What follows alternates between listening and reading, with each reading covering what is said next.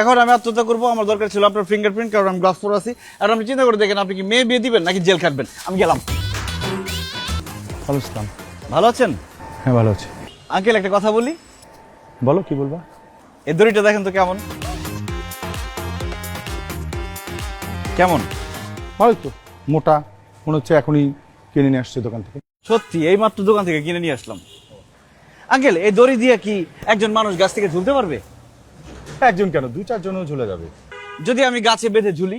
অবশ্যই পারবা। তাহলে তো এটা দিয়ে ফাঁস দেওয়াটা খুব নিরাপদ হবে, চিরা পড়ে যাওয়ার কোনো সম্ভাবনা নেই, তাই না? সম্ভব না। ঠিক আছে, থ্যাংক ইউ। সালাম। এই তুমি এত কথা জিজ্ঞেস করলা কেন? এমনি। এমনি কেন, কি হয়েছে বলো তো?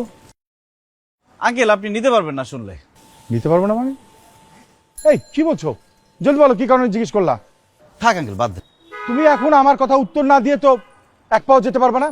কি হয়েছে আমাকে খুলে বলো। আপনার হার্টের কোনো সমস্যা নেই তো? না, কোনো সমস্যা নেই। আপনার ফ্যামিলিতে কারো হার্টের রোগ আছে? না। বংশের কেউ হার্টের রোগে মারা গেছে? এই এত কথা না পেঁচে বলো তো কি হয়েছে। আসলে আঙ্কেল আমি একটা মেয়েকে 3.5 বছর ধরে ভালোবাসি, কিন্তু তার বাবা তার সাথে আমাকে বিয়ে না দিয়ে অন্য একটা ছেলের সাথে মেয়েকে বিয়ে দিচ্ছে। এই জন্য সেই কষ্টে আমি এখন গলায় ফাঁস দিব, সেখানে যাচ্ছি। কি বলো এইসব কথাবার্তা? এই তুমি বোকা নাকি? তুমি মেয়ের বাবার কাছে যাও, গিয়ে বলো তোমার প্রেমের প্রস্তাব, বলো, কথা বলো, এবার সব ঠিকঠাক হয়ে যাবে। তো কথাই তো বলতেছি। মানে? আমি তো তুষিকে 3.5 বছর ধরে ভালোবাসি। কি? জি আঙ্কেল, আমি তুষিকে 3.5 বছর ধরে ভালোবাসি, কিন্তু আপনি আমাদের ভালোবাসা পাত্তা না দিয়ে আরেকটা ছেলের সাথে তুষিকে বিয়ে দিয়ে দিচ্ছেন। এই জন্য আমি সিদ্ধান্ত নিয়েছি আমি এখন গলায় ফাঁস দিব। ফাঁস দেওয়ার আগে আমি একটা সুইসাইড নোট লিখে গেছি, সেখানে লেখা আছে আমি আপনার কাছে এসে বলছিলাম যে আপনার মেয়েকে আমি ভালোবাসি, আমার সাথে বিয়ে দেন, কিন্তু আপনি সেই কথা না শুনে আমাকে গালিগালাজ করছেন, আমাকে বলছেন আকাইম মা বাদাইম মা, তুই মর, দূরে যা, এই নে তোর জন্য দড়ি কিনে দিলাম, তুই দূরে গিয়া দড়িতে ফাঁস দে। এখন আমি আত্মহত্যা করবো, আমার দরকার ছিল আপনার ফিঙ্গারপ্রিন্ট, কারণ আমি গ্লাস পরে আছি। আর আপনি চিন্তা করে দেখেন, আপনি কি মেয়ে বিয়ে দিবেন নাকি জেল খাটবেন? আমি গেলাম। বাবা, বাবা আমার সর্বনাশ করো না বাবা, দইটা দিয়ে যাও বাবা, বাবা আমার দইটা দিয়ে যাও বাবা, আমার সর্বনাশ করো না বাবা, বাবা, বাবা দইটা দিয়ে যাও বাবা, বাবা ছাড়ো দাও বাবা।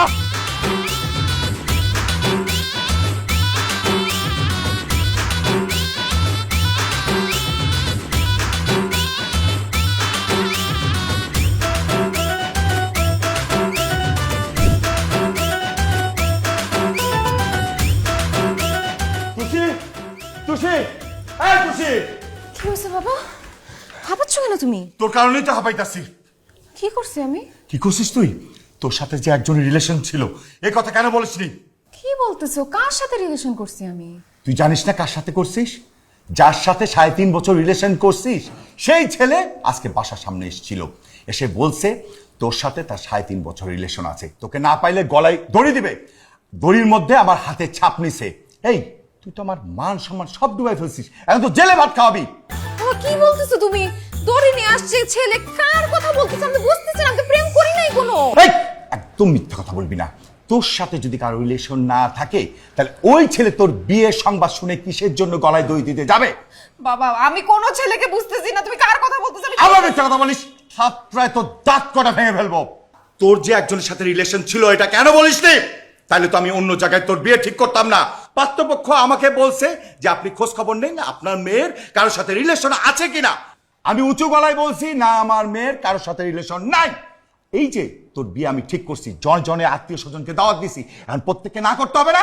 এখন আমার ইজ্জত থাকবে? আত্মীয় স্বজনের কাছে মুখ দাও কি করে? আমাকে তো ধুলাই মিশাই দিছস। এখন জনে যাদেরকে দাওয়াত দিছি তাদেরকে ফোন করে বলতে হবে না আমার মেয়ের বিয়ে হবে না, এখানে বিয়ে দিতে পারবো না, আমার মেয়ের রিলেশন অন্য জায়গায়। এখন আমি কি করব? বাবা বিশ্বাস করো, আমি কারোর সাথে প্রেম করি না, আমার কথাটা বিশ্বাস করো প্লিজ। কিসে বিশ্বাস করবো? হ্যাঁ বিশ্বাস করবো কিভাবে? তুই তো প্রেম করছিস, নাহলে আমার বাসার সামনে সেইভাবে কথা বলে যেত না। এখন আমি এসব বুঝি না, পাত্রপক্ষকে যা বলার আমি বলবো। তুই এই ছেলেকে থামা। শোন, ওই ছেলে যদি তোকে না পায় তাহলে আত্মহত্যা করবে, আমাকে জেলে ভাত খাওয়াবে। তুই কি করবি কর, ওকে থামা।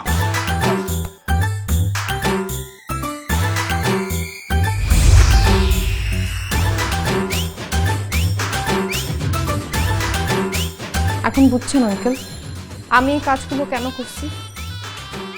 আমার সাথে এতদিন ধরে অনেকেই প্রেম করতে চেয়েছে, অনেক ছেলে আমার পিছে ঘুরছে, আমি কারোর সঙ্গে কথা পর্যন্ত বলি নাই। আমার ছোটবেলা থেকে স্বপ্ন ছিল আমি বাবা মায়ের পছন্দ মতো একটা ছেলেকে বিয়ে করব, বিয়ের পরে স্বামীর সাথে প্রেম করব। এখানে আমার কি দোষ ছিল বলেন? দোষ তো সব রাসেলের। সে আরেকটা মেয়েকে পছন্দ করে, সে আমাকে বিয়ে করবে না, সেটা আমার বাবাকে বললেই পারতো। সেটা না করে সে আপনার ছেলেকে পাঠাইছে, আমার নামে উল্টাপাল্টা কথা ছড়াইছে। আপনি যে কাজটা করছেন না, এটা ভালো করেন না। একটা মানুষের নামে না জেনে শুনে উল্টাপাল্টা কথা বলা উচিত না।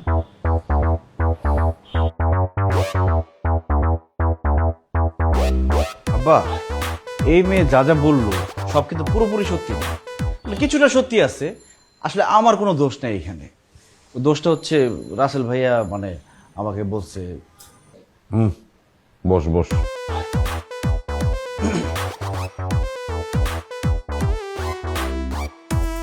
এই জুতাটা খুললো।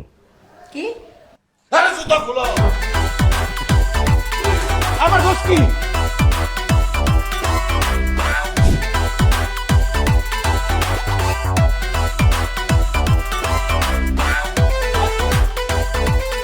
ভাই সাহেব, আসলে ওরা পোলাপের মানুষ দুষ্টামি করতে গিয়ে অনেক বড় একটা অপরাধ করে ফেলেছে। মানে এই জন্য আমি সত্যি সত্যি খুব লজ্জিত। আসলে ভাই সাহেব, যা কিছু হয়েছে এটার পিছনে আপনার মেয়ে তুষির কোনো দোষ নাই। সব বদমাইশের অন্যতম লোক হইতেছে যে আমার ছেলে, এই বদমাইশটা। আর ওর সাথে আছে আর একটা ছেলে, ওই যে তুষি মায়ের সাথে যে ছেলেটার বিয়ের কথাবার্তা চলতেছিল, ওই ছেলেটা ওর মানে বড় ভাই মার্কা বন্ধু হয় আর কি। সে সমস্যা হয়েছে কি, ওই ছেলেটা অন্য একটা মেয়ের সাথে সম্পর্কে জড়ায় আছে। সে ওই মেয়ে ছাড়া আর কাউরে বিয়ে করবে না। তো এই কথাটা তার বাবা মারে বললেই হইতো, আপনাদের সাথে আলোচনা করলেই হইতো। না, ওই বলদে করছে আমার এই বলদ ছেলেটার সাথে যোগাযোগ। এই বলদ পোলারে নিয়ে বুদ্ধি কইরা তারে পাঠাইছে। সে আইসা এই যে তুষি মায়ের নামে সব বানোয়াট কথাবার্তা আপনারে বলছে। আমি সত্যি খুব লজ্জিত। আমি জানি যে শুধু ওই লজ্জিত হয়ে তো এত বড় অপরাধের থেকে পরিত্রাণ পাওয়া ঠিক না। সেজন্য আমি ঠিক করছি, বদমাইশি যেহেতু আমার ছেলেটাই করছে, ওর একটা শাস্তি হওয়া দরকার। সেজন্য আমি বলতেছিলাম কি যে মানে আপনার মেয়েটার সাথে যদি আমার ছেলেটার বিয়া দিয়া দিই, এটাই বড় উপযুক্ত শাস্তি। আর আমার বিশ্বাস আপনার মাইয়ার হাতে আমার বলদ পোলাটা মানুষের। আপনি রাজি হয়ে যান নাই? কি বলো মা? ভাই সাহেব, আপনি রাজি হয়ে যান। আমার তো মাত্র 2টা ছেলে। আপনি মেরে আমি মাথায় করে রাখবো, না মাথায় না, বুকে করে রাখবো। আপনি শুধু রাজি হয়ে যান। বাবা, ও কথায় কথায় মিথ্যা কথা বলে, তিলকে তাল বানায়। এরকম ছেলেকে আমি বিয়ে করতে চাই না। তারপরেও তুমি যেটা সিদ্ধান্ত নিবে সেটাই হবে। ভাই সাহেব, ভাই সাহেব, মেয়ে ওই রাগের থেকে ও অভিমানের থেকে হয়তো কথাটা বলছে, কিন্তু সিদ্ধান্তের দায়িত্বটা কিন্তু আপনার হাতে দিয়া গেছে। ভাই সাহেব, আপনি রাজি হয়ে যান। আপনার মেয়ে একদম আমার মেয়ে হয়ে আমার বাড়িতে থাকবে। আঙ্কেল, আপনি যদি কিছু মনে না করেন, আমি কি একটু তুষির সাথে কথা বলতে পারি? ভাই, তুই আবার কি কথা বলবি? তুই কি কথা বলবি? এখানে আমরা মুরব্বীরা কথা বলতেছি না? ভাই, আপনি রাগ করেন না, যাও কথা বলো। Thank you.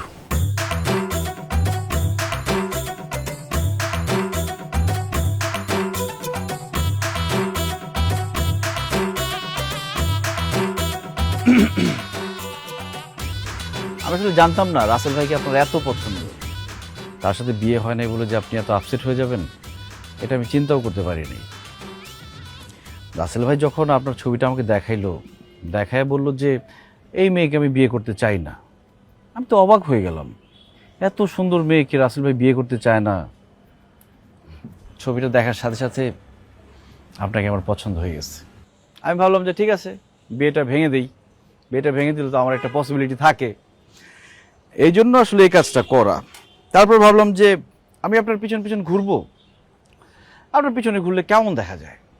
এটা ভালো হয় না যে আপনি আমার পেছন পেছন ঘুরেন? এই জন্য আসলে এই কাজটা করে ফেলছি। যাই হোক, সরি, আসলে আমার অ্যাপ্রোচটা ঠিক হয় নাই, বাট আমি তো আপনাকে পছন্দ করি, এটা সত্যি।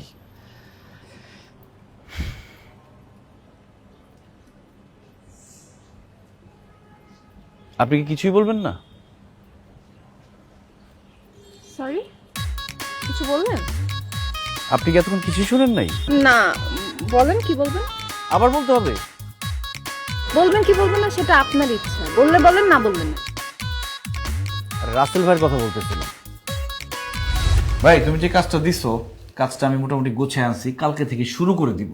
কিন্তু একটা সমস্যা হয়ে গেছে। আবার কি সমস্যা হয়েছে? তুষিকে তো আমার খুব ভালো লেগে গেছে। ভাই রে ভাই, সুমাইয়া ছাড়া আমি আর কাউরে বিয়ে করতে পারবো না ভাই।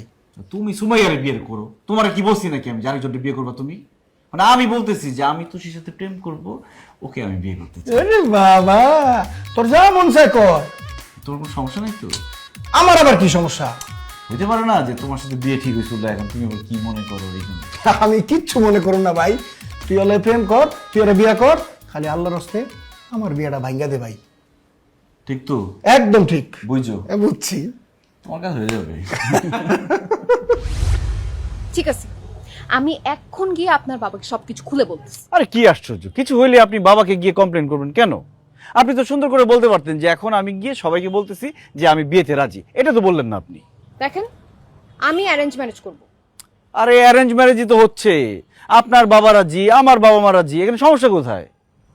আপনার বাবা রাজি, আমার বাবা রাজি, তাহলে বোঝেন না যে আমিও রাজি। সত্যি রাজি?